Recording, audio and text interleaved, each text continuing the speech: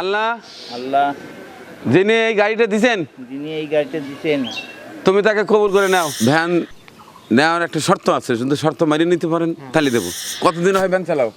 আমি 2001 সাল থেকে ভ্যান চালাই। 2001 সাল থেকে ভ্যান চালাও।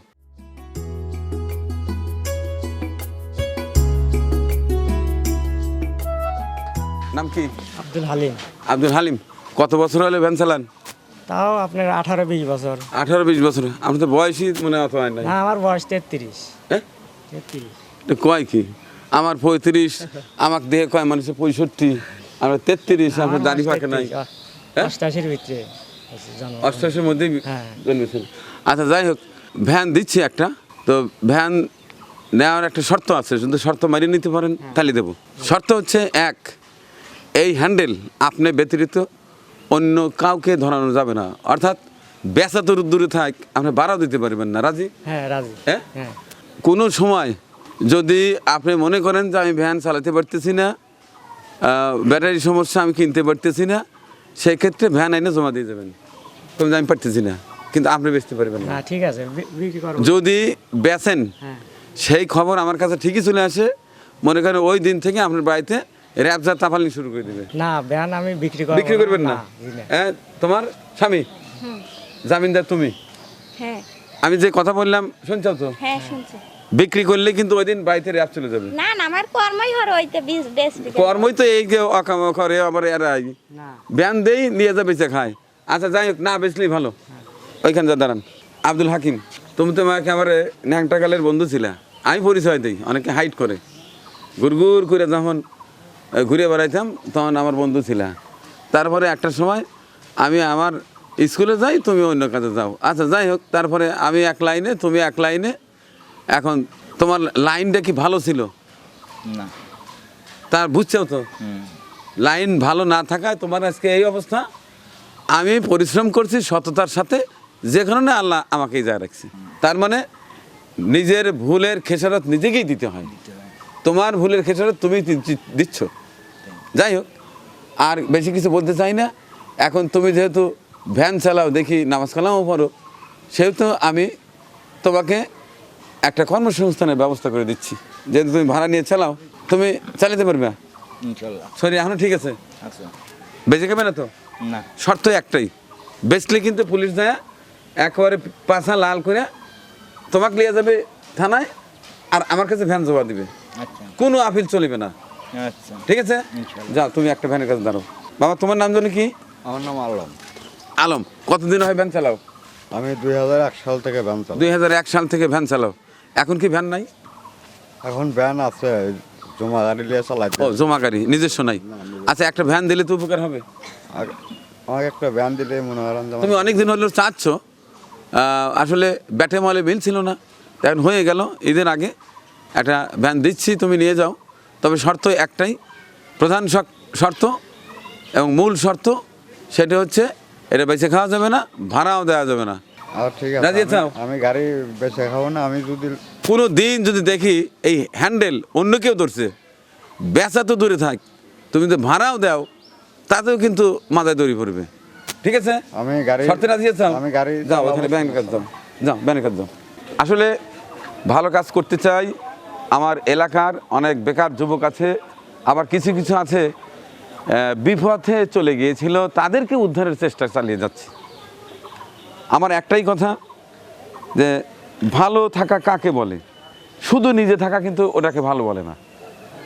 নিজে ভালো থাকার পাশাপাশি আপনার চারিপাশ পরিচ্ছন্ন রাখবেন। আমি সহজভাবে একটা কথা বলি, যখন কেউ একটা ব্যবসা প্রতিষ্ঠান খোলে, সকালে শাটার খোলার পরে ঘরটা সুন্দর করে ঝাড়ু দেয়, আশেপাশে পরিষ্কার করতে হয়। তার মানে আপনি যদি আপনার দোকানের সামনে সাইডে পরিষ্কার করেন, আর একজন যদি তার দোকানের সামনে পিছনে সব পরিষ্কার করে, দেখবেন যে এইভাবে পুরো দেশটাই পরিষ্কার হয়ে যায়। আমি চেষ্টা করছি আমার আশেপাশে, আপনি আপনার আশেপাশে চেষ্টা করেন, তাহলে দেখবেন এক সময় আমাদের এই বাংলাদেশ সত্যিকার অর্থেই সোনায় সোনায় ভরে উঠবে, সেই প্রত্যাশায় আমরা।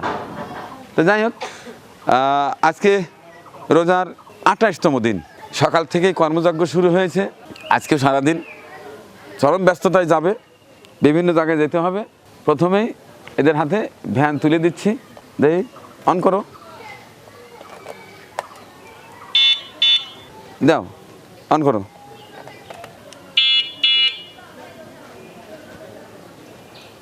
অন করো। অন করাই। এই যে শব্দ তোমাদের, আমি মনে করি জীবনের নতুনভাবে পথ চলার শব্দ, এই শব্দ যেন থাকে, আমার মুখ যেন নষ্ট না হয়। আমার মান সম্মান নিয়ে টানাটানি করলে আমি কিন্তু কাউকেই ছাড় দেব না। কোনো দিন যদি দেখি এই সাইকেল বা এই ভ্যান গাড়ি তোমাদের কর্মসংস্থানের জন্য দেওয়া হলো, সেটি তোমরা বেঁচে খেয়েছো, সেদিন দেখবে মালিকের মতো খারাপ আর কেউ নেই। এবার জানিয়ে দেই, এই মহতি কাজে কাদের কষ্টার্জিত হালাল টাকা আমাকে বিশ্বাস করে পাঠিয়েছে। আজকে 3টি ভ্যান দেওয়া দেখছেন। এর একটি হচ্ছে রজ্জপালি সুইডেন প্রবাসী, সেই সুইডেন, একে আশেপাশে না, অনেক দূর। অনেক। তিনি আমাকে সরাসরি দেখেন নাই, আমার কাজকর্ম দেখে বিশ্বাস করে কিন্তু আমার মাধ্যমে তোমাকে একটা জীবন চলার জন্য একটা কর্মসংস্থানের ব্যবস্থা করে দিচ্ছে। তাহলে উনি আমাকে বিশ্বাস করছে, আমি তোমাকে বিশ্বাস করলাম। তুমি যদি বিশ্বাসের মর্যাদা না রাখো তাহলে কিন্তু খবর আছে। আপনার ভ্যানটি দিয়েছে আমাদের জিয়াউর রহমান, শুধু ইউএসএ থেকে, ইউনাইটেড স্টেট অফ আমেরিকা, অর্থাৎ সেই 7 সমুদ্র 13 নদীর ওপারে। তিনি আমাকে কোনোদিন দেখেন নাই, কিন্তু আমার কর্ম দেখেছেন, বিশ্বাস করেন, ভালোবাসেন, আস্থা রেখেছেন, আমি আবার আপনাকে সিলেক্ট করেছি। তাইলে যে ভাইয়ের জন্যে দোয়া করবেন, আর তুমি আমার রজ্জমালি ভাইয়ের জন্য দোয়া করবা। আর তোমার ভ্যানটাও দিছে আমাদের জিয়া ভাই, জিয়াউর রহমান জিয়া ভাই, তিনি আমেরিকা থাকে, তার জন্য দোয়া করবা, ঠিক আছে? আল্লাহর কাছে দোয়া করি, সে জানি ভালো থাকে। আচ্ছা, ঠিক আছে, তোমরা নিয়ে যাও। তো রজ্জব ভাই, জিয়া ভাই, রজ্জব ভাই, আপনার একটা অটো ভ্যান ছিল, অর্থাৎ একজনের কর্মসংস্থানের অর্থ দেয়া ছিল, সেটি একটি অটো ভ্যান কিনতে সক্ষম হয়েছি, তার হাতে আজকে তুলে দিলাম। আজ পবিত্র মাহে রমজানের শেষ দশকের 28তম রোজা, অর্থাৎ আমাদের মধ্য থেকে এই মহামূল্যবান মাস বিদায় নিয়ে চলে যাচ্ছে। আমরা চেষ্টা করেছি আমার টিমের সদস্যদের নিয়ে, আর মহান পাক রাব্বুল আলামিন কবুল করার মালিক, আমাদের পুরস্কৃত করার মালিক। আমাদের সঙ্গে আর্থিকভাবে সহায়তা করে আপনারা সহযোদ্ধা হয়েছেন, আপনারা অর্থ দিয়েছেন, আমরা শ্রম দিয়েছি। আমি আশা করি মহান পাক রাব্বুল আলামিন আমাদের কর্ম দেখেছেন এবং সবাইকে কবুল করবেন ইনশাআল্লাহ। দোয়া করছি আপনারা দীর্ঘ জীবন লাভ করুন, মহান আল্লাহ আপনাদের লম্বা হায়াত দেখ এবং সুস্থতার সাথে পৃথিবীতে যতদিন বেঁচে আছেন মহান আল্লাহ যেন আপনাদের সুস্থভাবে বাঁচিয়ে রাখে, এবং যখন একেবারে চলে যাবেন এই ক্ষণস্থায়ী পৃথিবীর মায়া ছেড়ে, যেখানে অনন্তকাল আমি আপনি থাকবো, মহান আল্লাহ যেন এই অসহায় পরিবারের কর্মসংস্থানের ব্যবস্থা করে দেওয়ার বদৌলতে ওপারে অনেক অনেক ভালো রাখেন, আলিশান বাড়ি গিফট করেন এবং ভালো রাখেন। আল্লাহ হাফেজ, সবাইকে আগাম ঈদের শুভেচ্ছা, ঈদ মোবারক।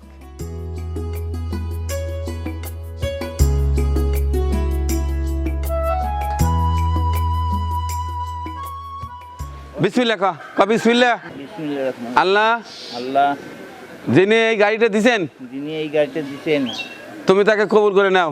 তুমি তাকে কবুল করে নাও। আমি যেন আমি যেন সুস্থ থেকে সুস্থ থেকে এই এই গাড়ি চালাক হয়ে পড়ি। সালা খাইবের ভরো।